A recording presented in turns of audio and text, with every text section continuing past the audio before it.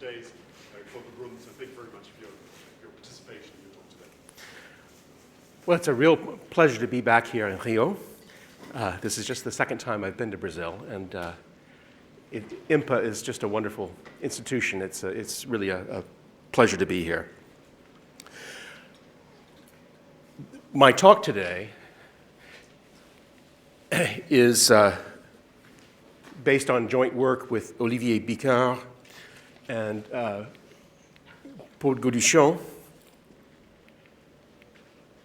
And there's the paper is currently just an e-print. You can find it on the archive.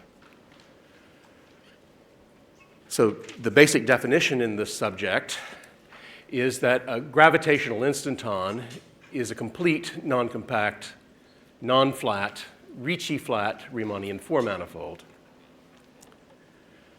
So of course, calling it such a space, a graviton is a gravitational instanton is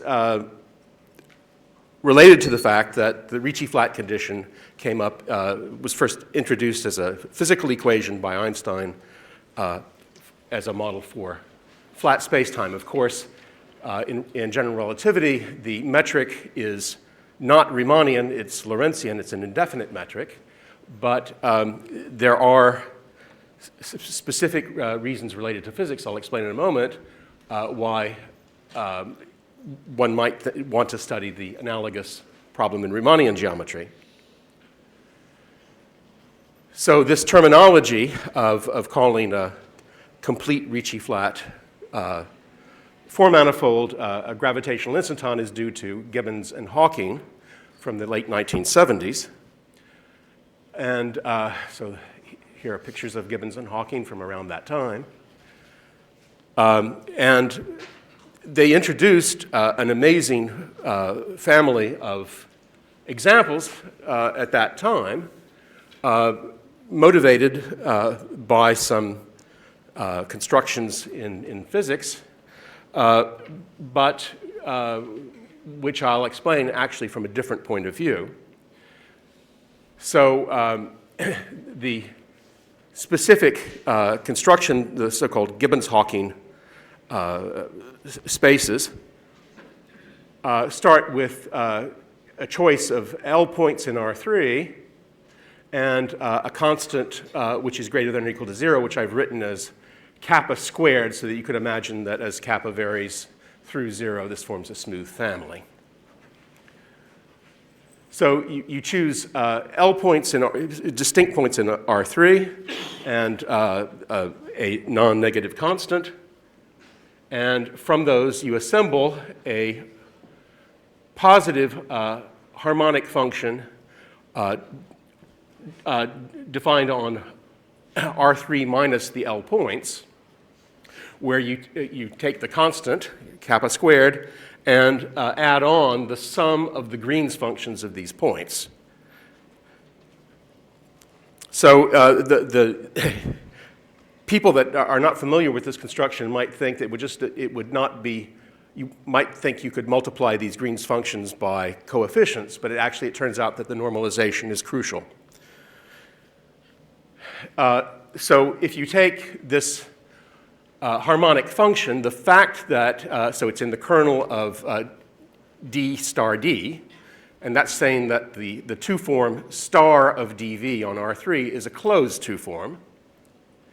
And the normalization that I've chosen has the property that if you take the integral of this two-form on a small sphere around one of the punctures, the integral is minus 2 pi. So in R3 minus these points, the de Rham class of 1 over 2 pi f is actually represents an element of integer cohomology. And now it's a basic fact often attributed to Chern and Weyl that if you have an integer class and it's represented in de Rham cohomology by a given closed form, So it's written as the cohomology class of 1 over 2 pi times f, then actually f is the curvature of a circle bundle, if you like a complex line bundle, but I'm going to think of it as a curvature of a circle bundle. So there is a principal circle bundle on R3 minus these points, which carries a certain principal connection. So there's a one form theta, which has component 1 in the direction of the circle, and otherwise, two such things would differ by the pullback of some one form on R3. So if you now look at the metric on the circle bundle, so you've passed from R3 minus some points to a circle bundle over it, so that's a 4 manifold. If H denotes the Euclidean metric on R3, and you multiply it by this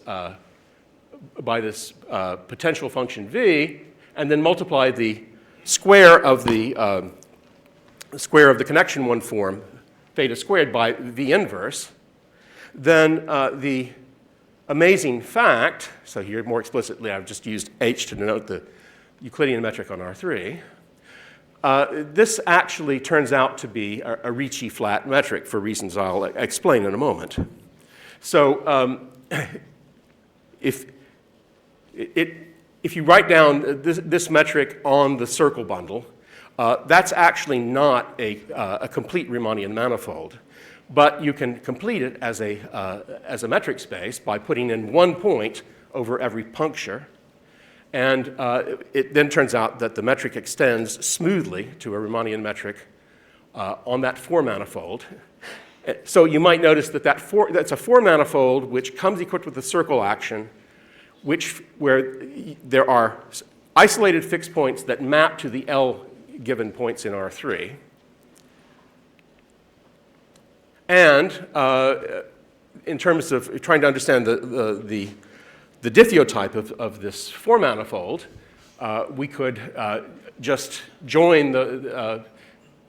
take some order of the points and join them by curves, say line segments. And then over the closed line segment joining to these centers, the pre-image is actually a 2-sphere. You get a circle bundle over the interior of the interval, but at the endpoints you have just 1 point each pre-image. So in fact you get a collection of 2 spheres, and you might notice that these 2 spheres intersect at the pre-images of the L given points. And so the 4 manifold we're looking at actually deform retracts to a union of L minus 1 copies of S2, each of which has self-intersection minus 2. That means that the normal bundle of the 2-sphere in the 4 manifold has Euler class minus 2, or Euler number minus 2. And what's sort of not obvious from the picture until you actually do a computation is that these 2 spheres actually meet transversely. So this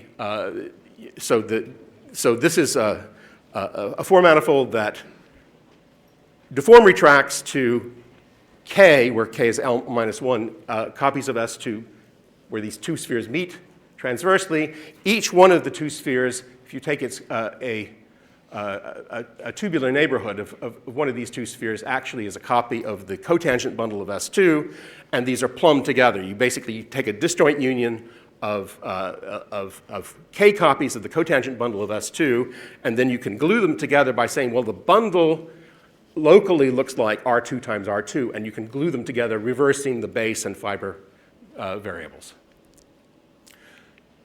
So this configuration is actually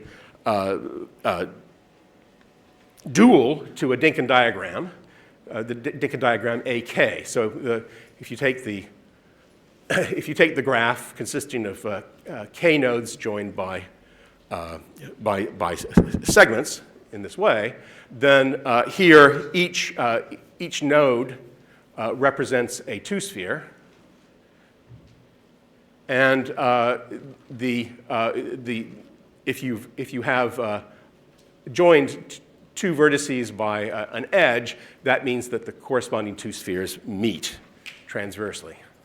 So the diffeotype is exactly, as I've said, it's gotten by taking k copies of the cotangent bundle of S2, and then you plumb them according to this diagram. So so what we've written down right now are some complete Riemannian manifolds that are associated with a choice of a non-negative constant and L points in, or k plus 1 points in R3. So these are the so-called Gibbons-Hawking gravitational instantons.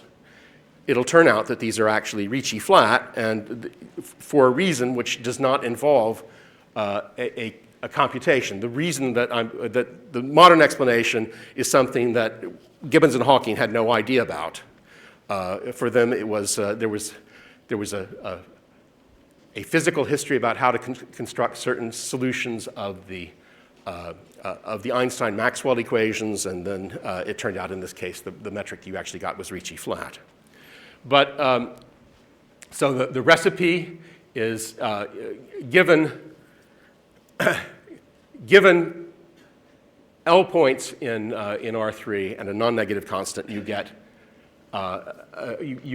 these metrics. But actually, these metrics are Kähler with respect to three different complex structures. So, for example, the first thing is there's an almost complex structure that sends dx to v inverse theta, where theta, so that's taking something that's horizontal and turning it into vertical on the circle bundle. And then dy goes to dz. And now you could just cyclically permute x, y, and z. Those are, at least on an open dense set, this looks like an almost complex structure. The computation, there's a fairly direct computation that these are actually all integrable almost complex structures. So you've made the manifold into a complex surface in three different ways. But also, it turns out that if you write down the Kähler form for the metric with respect to these, it's an easy computation that's closed. So these metrics are actually Kähler with respect to three different complex structures, and the point is that these are examples of Hyperkähler metrics. So the holonomy of these metrics is contained in fact, it's exactly equal to SP1 or SU2. And because the holonomy is in SU2, well, if you know your basic holonomy theory, those are Ricci flat Kähler manifolds. And a different point of view is that they are actually these are actually Hyperkähler 4 manifolds. So that's terminology that had not been introduced at the time of the Gibbons-Hawking construction.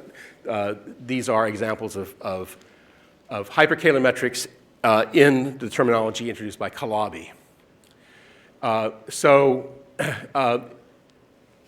These are 4 manifolds that come equipped with a circle action that preserves all of these Kähler forms. Here, 3 Kähler forms. Each one you have a Hamiltonian, so you get a map to R3. That's the Hyperkähler moment map for the S1 action. So we now have a very simple interpretation of why this should work, but this was not the route to discovery by Gibbons and Hawking. Now, you might notice that the metric that you get depends on this constant. You could choose kappa to be 0, or you could take it to be some non-zero. It could be, for example, you could take kappa to be 1. the asymptotic behavior of the metric at infinity is very different for those two choices. So one might point out that these are manifolds that have only one end, but that's not accidental. It's actually a consequence of the Cheeger-Gromov splitting theorem that if you have a complete Ricci flat manifold, which is non-compact, it can only have one end.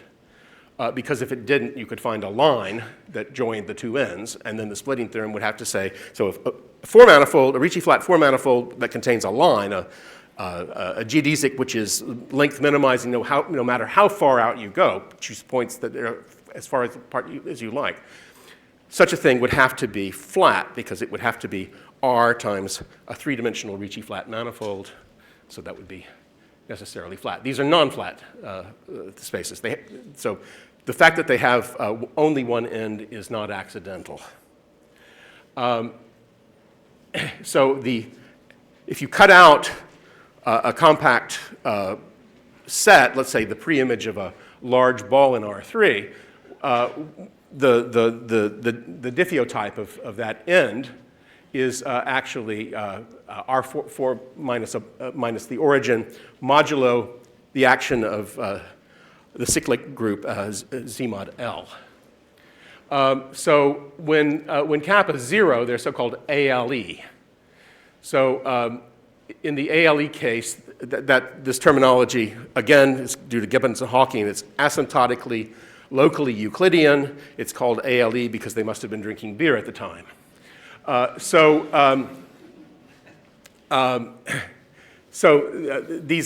This class of Ricci flat manifolds is extremely interesting.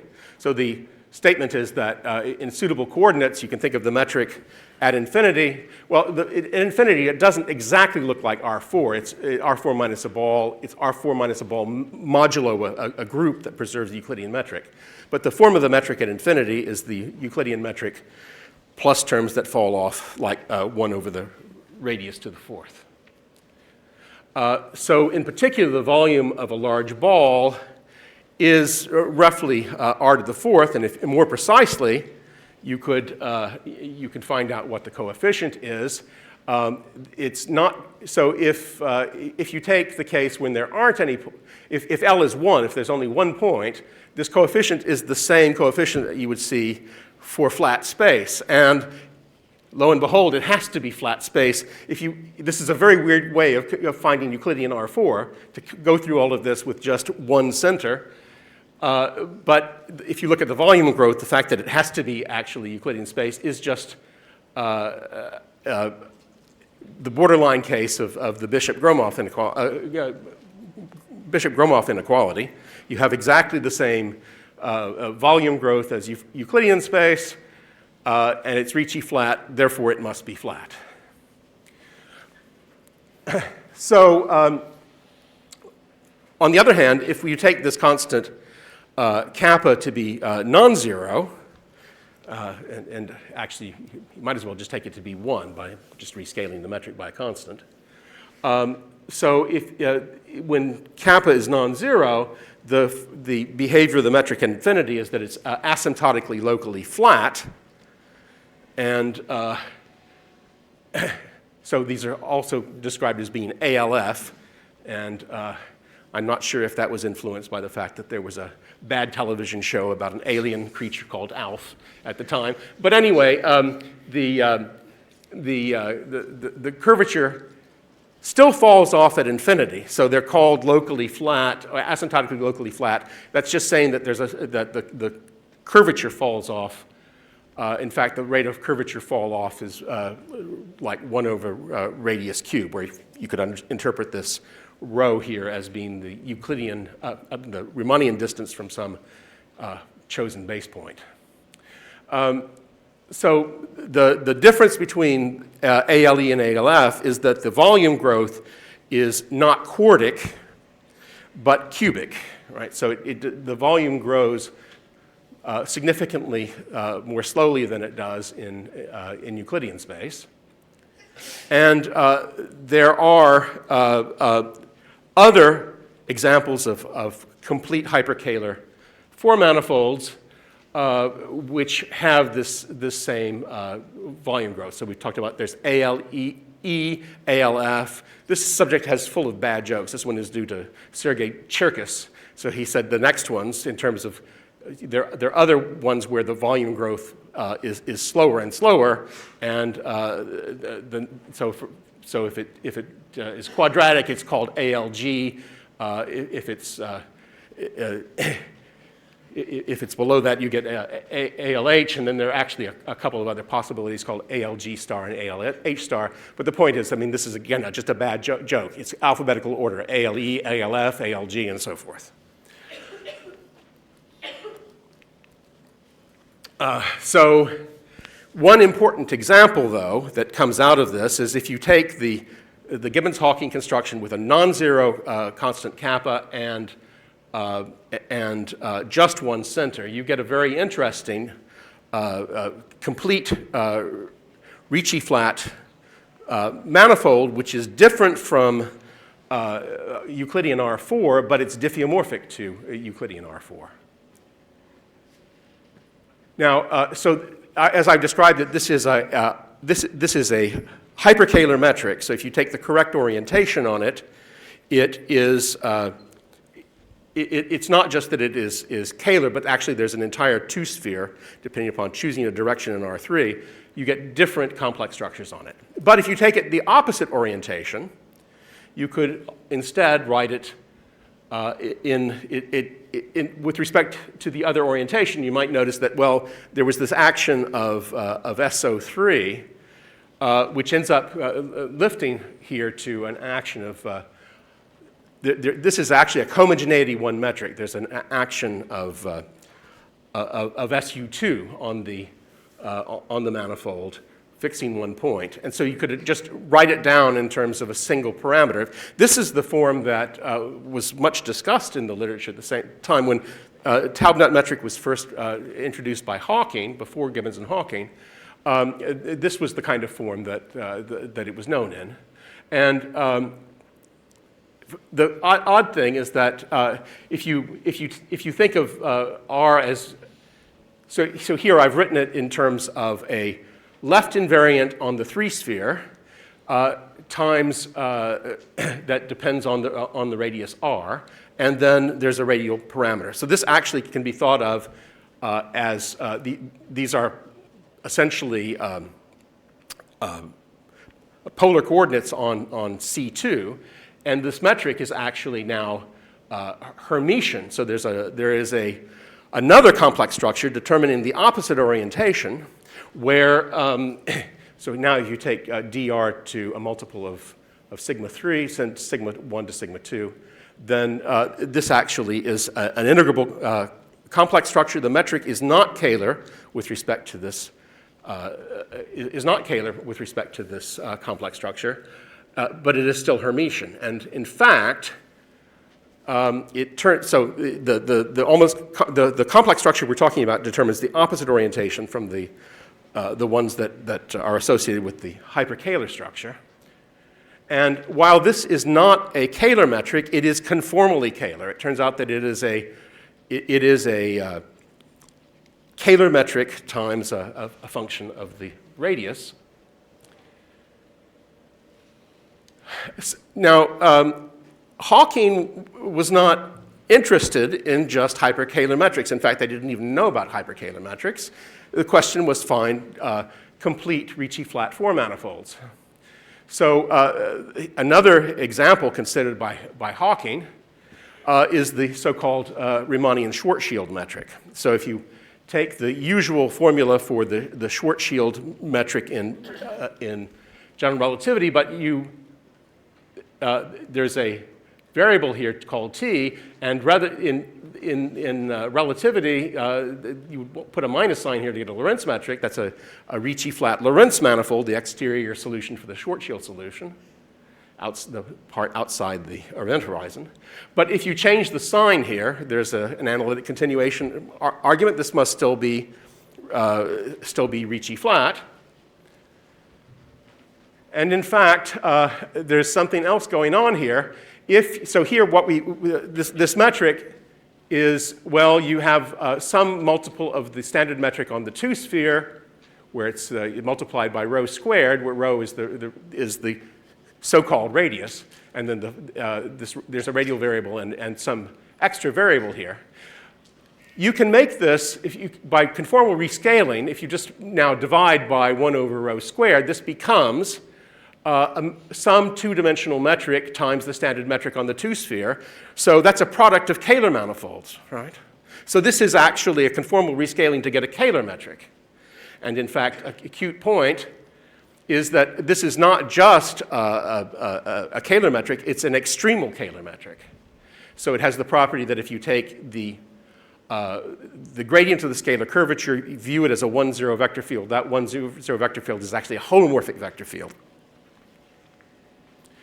This phenomenon, Andrei Dzerzhinsky is here. I'm very glad he's at this conference. Andrei published a wonderful paper in Compositio in 1983, which explored what kind of four manifolds could be gotten by conformal, what kind of Einstein manifolds could arise as conformal rescalings of Kähler manifolds. And in fact, well, there are other parts of the story I'll come to. But this was a key breakthrough.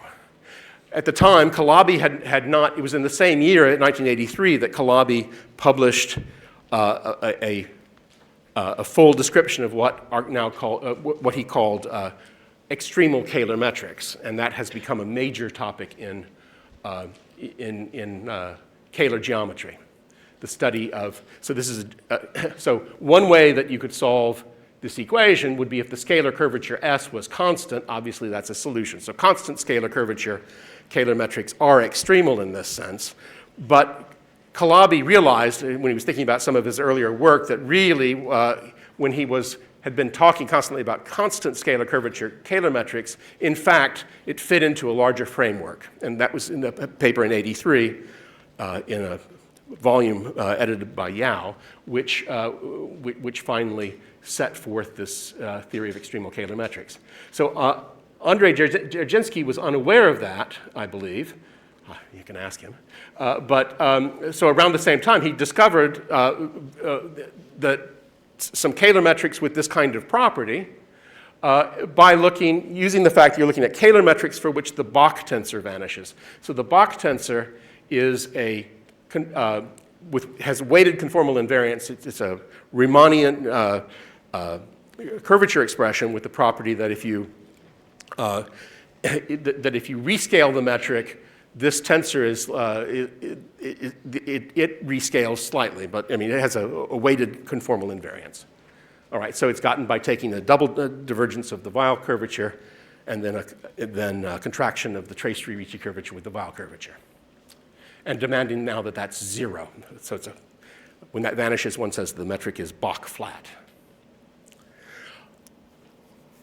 Hawking, returning to this example, for the Riemannian Schwarzschild solution, Hawking said we could think of T as essentially an angular parameter. So it's 4m times the angle. So here we have a metric in two variables. So if you can interpret T as essentially an angle and rho as essentially, well, some constant times radius squared times an appropriate constant, then in fact this becomes a Ricci flat metric on R2 times S2. And so in fact, this becomes an extremal Kähler metric on CP1 times C.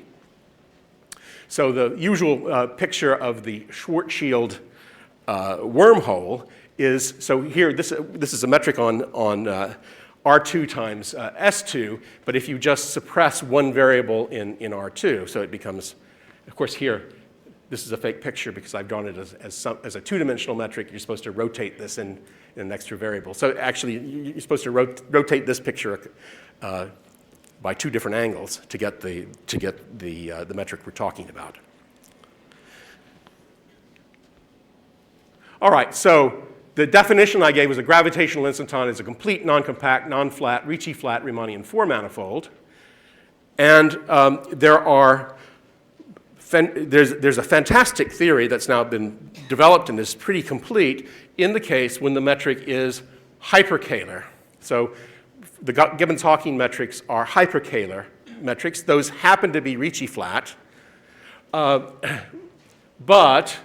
so I guess it was Nigel Hitchen that initially swept, in talking about gravitational instantons, a paper that he wrote around 1980, sort of put Hyperkähler in as part of the definition, right? So there's a series of beautiful papers, Hitchen, Kronheimer, Cherkis-Hitchen, Minerb, Hein, Chen and Chen, Hein, Sun, Vyakovsky, and Zhang, which always assume, they are writing about a classification of gravitational instantons, but the definition of gravitational instanton that's used always assumes the metric is Hyperkähler. It's very convenient for their purposes. However, one might be reminded of a rather bitter aphorism by Goethe that mathematicians are like Frenchmen. You tell them something, they translate it into their own language, and then it becomes something completely different.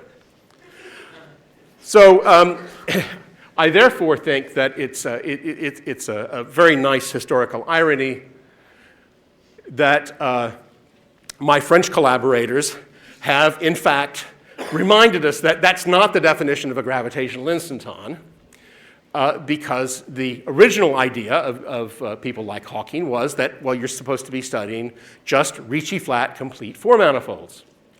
And there's an important piece of the story which is about the Hyperkähler case, but it's very interesting to consider other things. So a wonderful paper by Berger and Gauduchon that appeared last year it gives a different classification, and it goes as follows. Suppose you have a smooth, complete, non-flat, Ricci-flat four-manifold. So this is close to the original definition of a gravitational instanton. And you assume that it's also toric. So T2 acts effectively and isometrically. It's ALF. So the ALF definition in particular says that there's a complement of a compact set, looks like a three-manifold times R plus, where the three-manifold is finally covered by S2 or by S2 times S1. And it's also equipped with a vector field and a one form, which are compatible in a fairly simple way. And where you now can equip the quotient space with a curvature plus one metric, at least locally, so that the form of the metric, so ALF in their definition ends up saying that asymptotically the metric looks like, has the following shape. There's a model metric, so d rho squared plus rho squared times a two-dimensional constant curvature metric plus the one form squared plus error terms, where the error terms have a certain rate of fall off. They look like 1 over the radius, and their derivatives up to the third derivative fall off like derivatives of 1 over the radius. And so this in particular implies that the volume grows cubically, as we saw in the case of the Taub-Nut metric. And so they also assume, suppose the metric is also a Hermitian metric. So there's an integrable complex structure where, so there's an integrable complex structure which acts with respect to the metric as a rotation. So it's rotation by 90 degrees in a certain way. So we've got all of these Hyperkähler guys, so we want to exclude those. We already have a substantial classification for those kinds of cases, especially in the ALF case, where it was pioneered by Minel, then made more precise by Chen and Chen. So then, actually, if we exclude the things that are Kähler but insist that they still be Hermitian, these Ricci flat 4 manifolds can be completely classified. So, of course, notice the assumption, a key assumption here is that it's toric. There's a T2 action. So that we can completely list the possibilities. The first one, we've already seen the Taub-Nut metric, and you could consider it with respect to the orientation with respect to which it is not Hyperkähler, but it still is then Hermitian for that. So it could be a reverse-oriented Taub-Nut metric. There's another interesting metric called the Taub-Bolt metric, and that's diffeomorphic if it's actually Hermitian with respect to 2 different orientations. It's either CP2 or its orientation reverse minus a point. So it's, if you like, you take either the Chern class +1 or the Chern class -1 line bundle over CP1. Then there are the metrics of the Kerr family. So the Schwarzschild metric that I wrote down explicitly is it comes from the physical model of a non-spinning black hole. But there's actually a 1-parameter family of related metrics called the Kerr metrics, and there's an angular momentum parameter that enters. And so physicists they would have said, well, yeah, we know about those things. We kind of discovered those. But it turned out in 2010, Chen and Teo, 2 mathematical physicists in Singapore, discovered a completely unexpected new family of such metrics, now known as the Chen-Teo metrics. And the diffeotype here is CP2 minus a standard circle. All right, so those are the 4 possibilities. So in a way, this is a much more restrictive world than the Hyperkähler case. There were infinitely many diffeotypes. Here, at least in this toric case, Bicard and Gaudichon showed that there were only 4 possibilities. So Taub-Nut and Taub-Bolt are rigid up to rescaling. And in the Taub-Bolt case, there's the metric is actually Hermitian with respect to complex structures for either orientation. Kerr and Chen-Teo turn out, if we're insisting that we want smooth metrics, you get for each one essentially only 1 parameter, but you can also rescale. So if you like, if you're not willing to consider 2 metrics to be the same, if they differ by multiplicative constant, you would say that those are both 2-parameter families. Now, the amusing thing is their proof is actually constructive. They don't just say, well,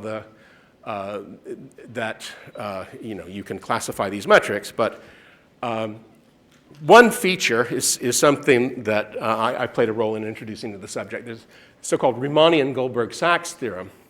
It ends up allowing you to show that if you have a Hermitian metric which is also Einstein, then actually the metric must be conformally Kähler. And then that, in fact, the related Kähler metric, and it's related to Andrei Dzerzhinsky's work, is actually an extremal Kähler metric. What's the property that doesn't hold for the rest of the family? Pardon me?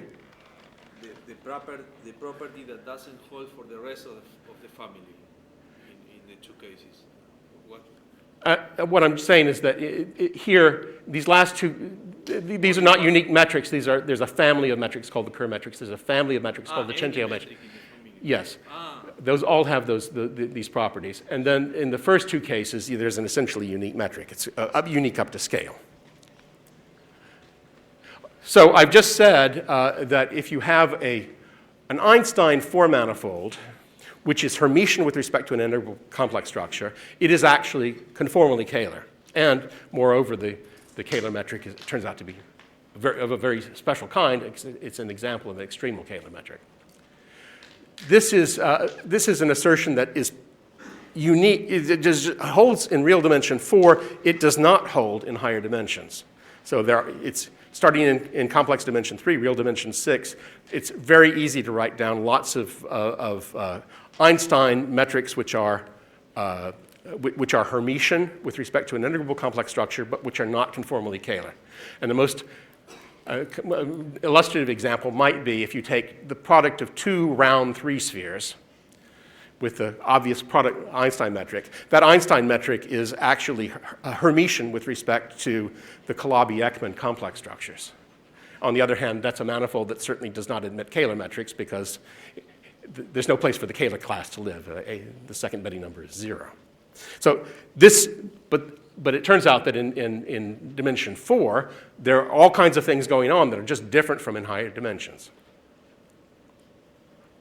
Okay, so as I said before, it'll turn out that there's an essential role of extremal Kähler metrics, and these also automatically carry a killing field, and the weirdest thing is that the basic construction is you're looking at an extremal Kähler metric, you multiply it by the inverse square of its scalar curvature, and then multiply by some constant.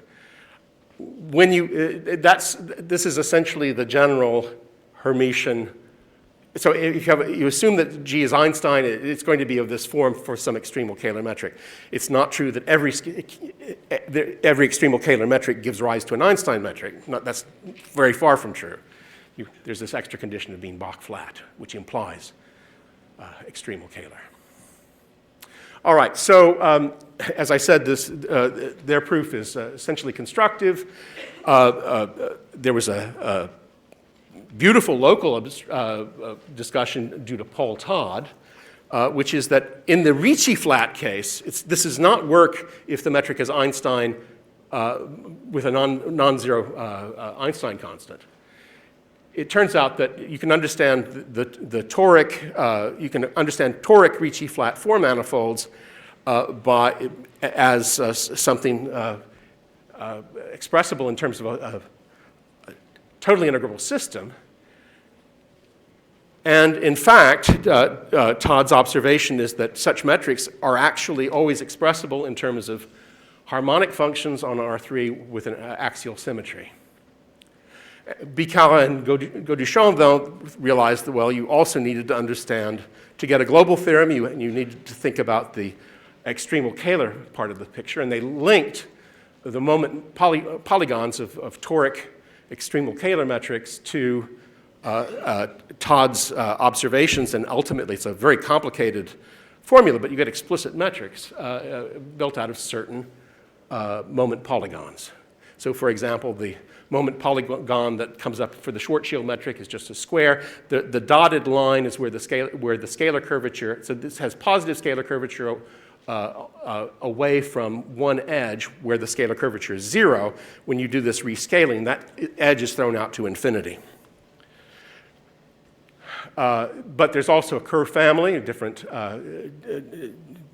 trapezoids that come in this family, and that's not the general trapezoid. Then at the extreme case, when you get you degenerate to a triangle, then in fact that corresponds to the Taub-Nut metric. Taub-Bolt metric comes about with 2 different orientations, and then you also have the Chin-Teo family. So I've just drawn a couple of examples in that family. All right, so all of this revolves around the special character of dimension 4. In dimension 4, 2 forms split up as the direct sum of self-dual and anti-self-dual 2 forms, where those are the eigenspaces of the Hodge-Star operator. And it's important that this decomposition is conformally invariant because the Hodge-Star operator in the middle dimension is always conformally invariant. If you reverse the orientation of the manifold, though, that interchanges self-dual and anti-self-dual forms because it changes the sign of the Hodge-Star operator. If you then you can decompose the curvature tensor, if you think of the curvature tensor as being a linear map, a self-adjoint map from 2 forms to 2 forms, and you break up the 2 forms into self-dual and anti-self-dual pieces, you get a block decomposition of the curvature tensor. And here, so this is, if you like, this is a symmetric matrix. This block actually just encodes the trace-free Ricci tensor. The scalar curvature appears as a multiple of the identity, and you also have left over the trace-free pieces of those two blocks. Those are, when given the appropriate weight, these are also conformally invariant. They correspond to the self-dual and anti-self-dual pieces of the Weyl curvature tensor. So, for example, those vanish. For a conformally flat manifold, those both vanish. If one of them vanishes, one says that the manifold is self-dual or anti-self-dual. All right, so we've seen this the statement of the Bicard-Gaudichon classification. Each of the metrics involved, as I said, is actually conformal to an extremal Kähler metric with positive scalar curvature. And so here I've written the Einstein metric is called G here on this, in these slides. The Kähler metric is called H. And the warning is if you want to go read our paper, I actually used the opposite convention in the paper. It's just that since I've been talking about Einstein metrics as G, and why do we call a metric G, right? Does anybody know? It's because for Einstein, G was the gravitational field. You're used to, you don't think of it has anything to do with general relativity, but actually the notation G for a metric was from the gravitational field. All right, and so it was tempting in our paper. Well, anyway, for my own eccentric reasons, I have interchanged H and G in these slides. So the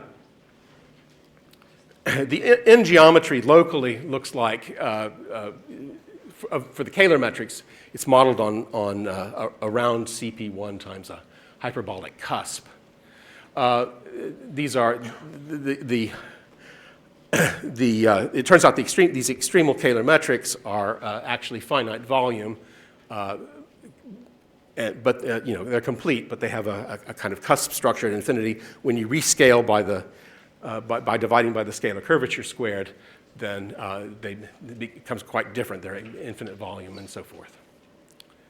Now, there was a beautiful observation a few years ago by a young Chinese mathematician named Peng Wu, that when you have a positive scalar curvature Kähler metric in dimension 4, it has the property that if you think of W plus as a map from self-dual forms to self-dual forms, then its determinant is actually positive. And it turns out that this it can be used as a criterion for, in the Einstein case, has very powerful implications.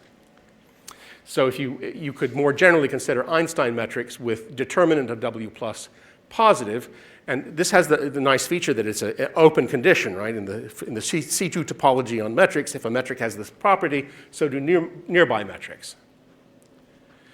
So on the other hand, W plus is trace-free, so this only happens if it has one positive eigenvalue and two negative eigenvalues. So that singles out a preferred line subbundle of the bundle lambda plus of self-dual 2 forms.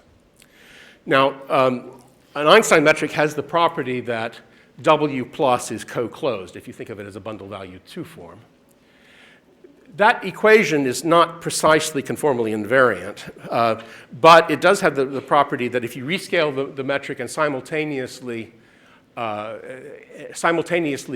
attach a scale to the self-dual Weyl curvature, you get something which is co-closed with respect to the new metric.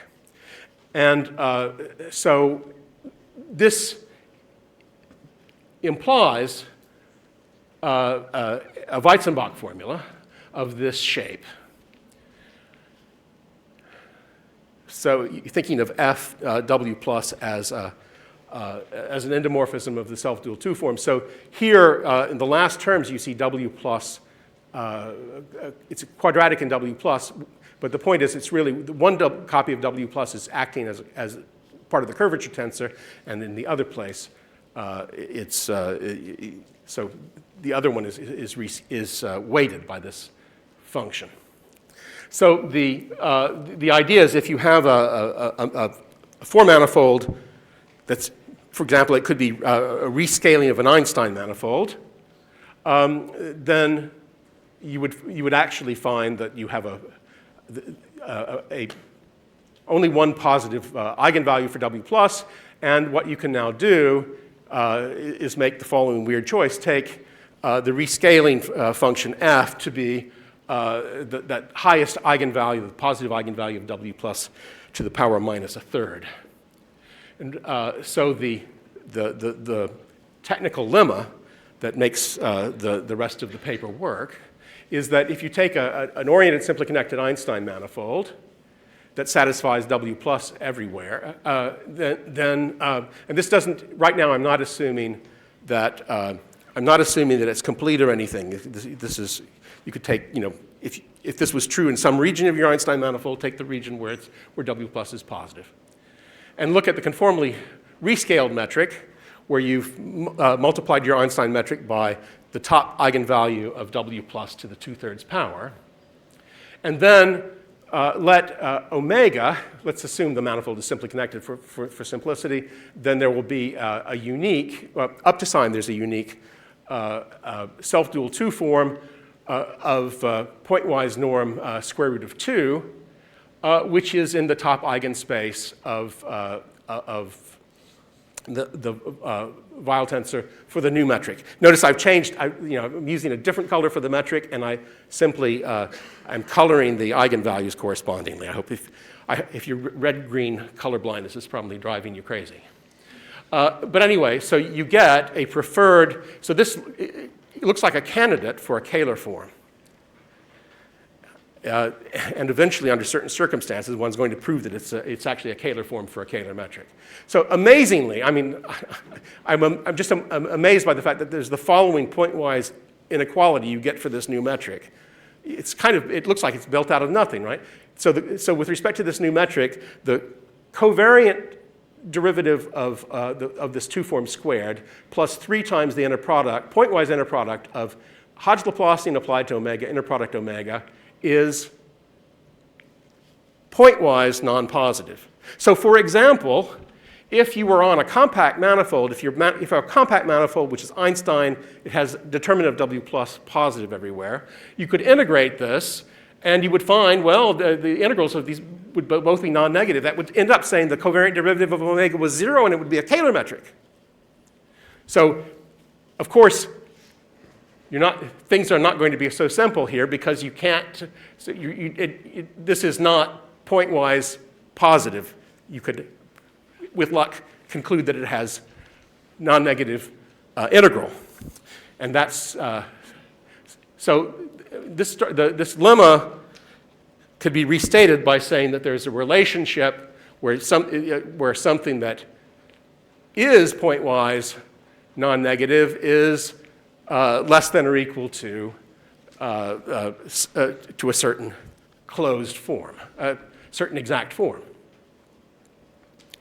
All right, so, and also this same analysis gives you some control on the size of this. So here this is d of a certain 3 form. The pointwise norm squared of that 3 form is actually, with respect to this rescaled metric, its size is controlled by the size of the scalar curvature and the size of the self-dual Weyl curvature. So that has the following consequence. If you have an oriented, simply connected Riemannian form manifold with, where W plus is co-closed, for example, this could be an Einstein metric, or they're more general, it's true in more generality. And you assume that on this form manifold that the determinant of W plus is positive. In other words, it satisfies Peng-Wu's criterion. So suppose that you can write your manifold as a nested union of compact domains with smooth boundary, where the integral of omega wedge star d omega goes to 0 as you go out in the sequence. Then this rescaling of the metric is actually Kähler. Okay, so it's just Stokes' theorem applied to the previous inequality. And so the theorem that comes out of this now is the following. Suppose that you take an oriented, simply connected Riemannian manifold that satisfies determinant of W plus is everywhere positive, and you look at this conformally rescaled metric. You've multiplied your original metric, your Ricci flat metric, you multiplied it by the top eigenvalue of W plus to the 2/3 power. And suppose, again, that the manifold is expressed as a nested union of domains with smooth boundary, where, let's say, the volume of the boundaries is uniformly bounded as you go out in the sequence, and assume that the integral of the scalar curvature and W plus on the boundaries goes to 0 as you go out in the sequence. Then actually this rescaling of the metric is an extremal Kähler manifold with non-constant positive scalar curvature. All right, so in the application for our main result in this paper is that if you have suppose you take one of the ALF toric Hermitian gravitational instantons in the Berger-Gaudichon classification. And suppose you have another Ricci flat metric on the same space, which is C3, close to G. So C3, it's really saying that, locally it's saying it's C3 close to the original metric, but here we want to, so the norms are weighted. So in order to make the proof work, rather than just taking the soup norm on the first 3 derivatives, you weight them by powers of 1 over, essentially 1 over the radius to the appropriate power. So what this is saying is that the error, the difference between the two metrics would fall off like 1 over the radius, the first derivative like 1 over the radius squared and so forth up to the 3rd derivative, and where the constant is sufficiently small. All right, so you have one of the classified gravitational instanton metrics, and you have another metric on the same space, which is C3, close to it, and is also Ricci flat. Then, in fact, this new Ricci flat metric would also have to be, it would be Hermitian for some complex structure because it's in fact it's actually conformal to a strictly extremal Kähler metric. So we're almost at the point now of saying the new metric has to be one of the metrics that's classified. So what you know is from the fact that it's extremal Kähler, there's at least one killing field. And the ones that were classified by Berger and Gaudichon had 2 killing fields. Well, so one proposition is suppose you're in this setting and it turns out the identity component of the isometry group is actually a compact Lie group. And so, what you can do is suppose that killing field is not periodic. If it's not periodic, you exponentiate it in this compact Lie group, take the closure, and that is a torus. If it's not, it would have to be at least a 2 torus. It turns out exactly to be a 2 torus. So in this setting, if that killing field is not periodic, then in fact you do have a toric. Your new Ricci flat metric is also toric, and therefore you get that you're in one of the Berger-Gaudichon families. Okay, so in particular, there is this, in the Berger-Gaudichon classification, there is a certain fixed vector field on the 3 manifold at infinity. And for example, in the Kerr family, for generic Kerr metric, this is not a periodic vector field. It turns out that that vector field is always a limit of the extremal vector field, and in that setting, you would find if you took this such a, you would definitely again have a metric of the same type. Okay, so this is suggestive, but it's not yet quite definitive. On the other hand, if your original metric was either a Kerr metric or the Talbot metric, you can play the following game. It turns out these metrics are then, not only are they Hermitian, but they're also Hermitian with respect, they have the same property with respect to the opposite orientation. So not only is the determinant of W plus positive, but the determinant of W minus is also positive, and so you get the,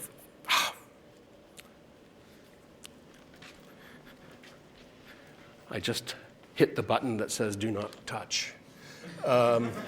Right, so let's see.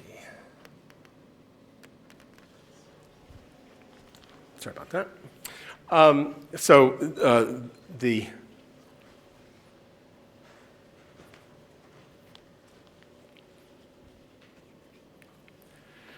So if you have either the Talbot or Kerr gravitational instanton, and you have another Ricci flat Kähler metric on it that's sufficiently C3 close to it, then in fact that Ricci flat Kähler metric is it's either Talbot or it's a metric of the Kerr family. So here the idea is you can apply the fact that the metric is actually conformal with different conformal factors to two different extremal Kähler metrics. This is in a setting that was previously discussed by Apostolov, Helderbank, and Godushan. These are so-called ambi-Kähler metrics, and so there's a lot of information there where you're able to prove that the new Ricci flat metric, in fact, is not new. It's one of the previous ones. So the final thing is a piece of breaking news. A very bright student of Song Sun has put up a preprint arguing that any Hermitian ALF gravitational instanton, so these already have one killing field, that was the kind of place where we ended, these have to be toric. And so the idea is there are sort of two cases. If that killing field is not periodic, we already said it was going to be toric. So what he has to do very carefully is study the case where it is a periodic vector field. And then there's a way of trying to compactify the complex surface. So I haven't checked all of the details in this paper, but and in fact the first version did have a significant mistake in it. But I believe that the claim is correct and that his proof will check out. So assuming this, that would then prove the following conjecture, that any Ricci flat Kähler metric, any Ricci flat Riemannian metric, which was C3 close to one of the metrics in the Godushan Bicard classification, is in fact just another metric of the same type. So thank you very much for inviting me. Obrigado por me convidar.